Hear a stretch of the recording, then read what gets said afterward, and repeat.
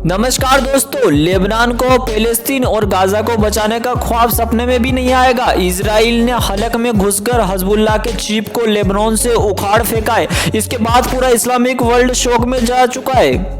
दोस्तों, आप पहले ये समीकरण समझिए। एक तरफ है वेस्टर्न कंट्री का अलायंस नाटो, जिसमें यूएस, यूके, फ्रांस जैसी सभी बड़ी कंट्री न्यूक्लियर वेपन से लेस है। दूसरी तरफ आपको ये सारे इस्लामिक कंट्री चाइना और रसिया मिलेंगे। अब वेस्ट और नाटो का मेन टारगेट है रसिया और चाइना। ये दोनों ही सुपर पावर अमेरिका को डायरेक्ट टक्कर दे सकते हैं। लेकिन अमेरिका, जो वो पूरी दुनिया पर अपना इन्फ्लुएंस रखना चाहता है, वो कभी ऐसा नहीं चाहेगा कि कोई उसके अगेंस्ट खड़ा हो। लेकिन चाइना और रसिया की बढ़ती पावर अमेरिका के लिए एक बहुत ही बड़ा थ्रेड है। इसलिए अमेरिका दिमाग लगाता है और एक अलायंस नाटो बनाता है, जिसमें वेस्ट के सभी बड़े देश ऐड हो जाते हैं। अब नाटो इंपॉर्टेंट क्यों है, जिससे रसिया और चाइना इतना डरते हैं? नाटो अलायंस में एक आर्टिकल 5 है, जिसमें कहा गया है कि एक कंट्री पर हमला यानी सारी कंट्री पर अटैक माना जाएगा और उसके बाद वो सारी कंट्री उस कंट्री से सब जाकर भिड़ेगी।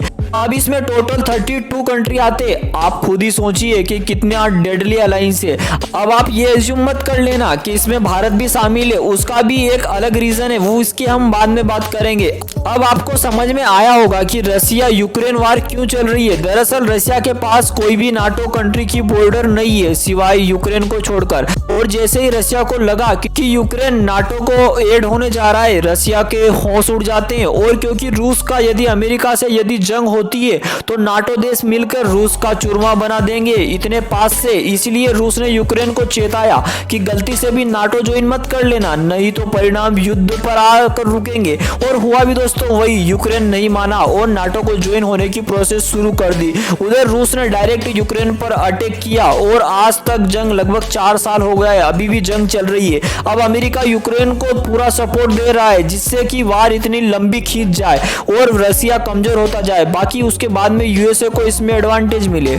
अब दोस्तों, कॉन्टिनेंट वाइज समीकरण ऐसे हैं कि इस्लामिक कंट्रीज चाइना और रसिया ये सारे अमेरिका के लिए थ्रेड है, क्योंकि इस्लामिक कंट्री आतंकवाद को फैलाते हैं। चाइना एक अलग अपनी पावर को विस्तार करने में पीछे नहीं रहता है और रसिया और अमेरिका की दुश्मनी तो सदियों से है।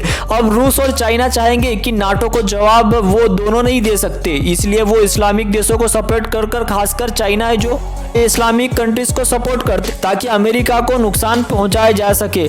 लेकिन यहाँ फंस जाता है इजराइल का पेंच, जो कि एक यहूदी धर्म को मानने वाला देश है। यूएसए इजराइल को फुल सपोर्ट देता है ताकि ये इस्लामिक अरब रीजन में उनका पूरा इन्फ्लुएंस रहे और ये पूरा रीजन कंट्रोल में रहे। दूसरी तरफ रूस, चाइना अरब देशों पर जोर डालते हैं कि आप लोग इजराइल का कुछ करिए, नहीं तो वो मुस्लिम देशों का वजूद ही उखाड़ फेंकेगा।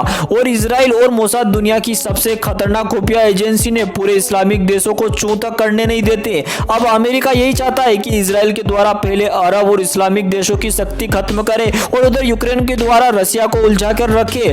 फिर आएगा चाइना का नंबर। फिर ये इंडो पैसिफिक में भारत के साथ मिलकर चाइना को अच्छे से ठोकेंगे और पूरा इंडो पैसिफिक रीजन चाइना और इंडिया ये काफी ज्यादा इंपॉर्टेंट हो जाता है इसके बाद में। तस्वीरें देखिए जो इजराइल के पीएम नेतन्याहू ने यूएन की बैठक में बताई है कुछ दिनों पहले। एक तस्वीर में एक तरफ वे लोग हैं जो इजराइल के दुश्मन है और दूसरी तरफ वे लोग हैं जो उनके लिए ब्लेसिंग है। अब ये देखिए कि इन्होंने सोची समझी साजिश के तहत ये बताया है कि इंडिया हमारे लिए वरदान है, जिसमें इजिप्ट है, सूडान है, सऊदी अरब है और जो रेड लाइन में इंडो पैसिफिक कॉरिडोर बनने की बात की गई है वो भी दर्शाया गया है। पर दोस्तों ये बता रहे हैं कि इंडिया इनके लिए एक वरदान है। और ये जो कर्स यानी जो दुश्मन है इराक, ईरान, सीरिया, जिनको इजराइल जल्दी ही धरती से उखाड़ फेंकेगा। और अब ये फोटो इंटरेस्टिंग बात आप एक नोट करोगे इसमें कि फिलिस्तीन, जिससे अभी इजराइल का युद्ध चल रहा है, उनको तो इन्होंने दर्शाया ही नहीं है। मतलब फिलिस्तीन का काम खत्म हो चुका है, इजराइल पूरा टेक ओवर कर चुका है फिलिस्तीन में। वैसे इसमें लेबनान भी मेंशन नहीं है, लेकिन इजराइल ने क्लियरली ये कहा है कि इनका अगला टारगेट इराक, ईरान और सीरिया है। दोस्तों आपको क्या लगता है कि भारत को अभी भी इजराइल को फुल सपोर्ट देना चाहिए ताकि पूरे इस्लामिक रीजन से आतंकवाद को वो खत्म कर दे? कमेंट करके अपनी कीमती राय जरूर बताएं। मिलते हैं किसी नए वीडियो में, तब तक के लिए जय हिंद, जय भारत। वीडियो को लाइक और चैनल को सब्सक्राइब जरूर करें।